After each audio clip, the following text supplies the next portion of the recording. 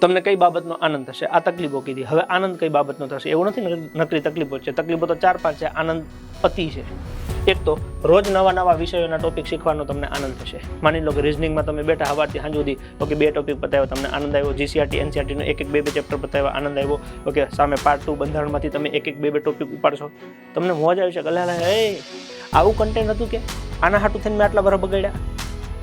નકરું અંદરથી શીખવા તમને આવડી ગયું એનો આનંદ આવશે. તમે બંધારણ તૈયાર કર્યું, માની લો કે મુદ્દા અને 120 માર્ક્સની ટેસ્ટ આપી, એમાંથી તમારે 118 આવ્યા, તમને ઝાલવા પડે કે ભાઈ બરોબર.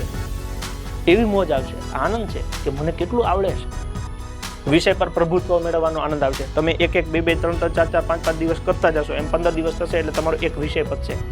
એક વિષય પતશે એટલે તમારો 30 માર્ક્સનો એક બંચ તૈયાર થઈ ગયો કે હવે આ 30 માંથી ગમે એ પ્રશ્ન કાનો આવે પાડી ન દઉં, તો એનો આનંદ આવશે. વિષય ઉપર તમારું પ્રભુત્વ હશે. કોઈ ચર્ચા કરતું હશે કોઈ વિષય બાબતની, તમે રસ લેશો. એમ ના હોય કે આમ હોય. એ ક્યારે?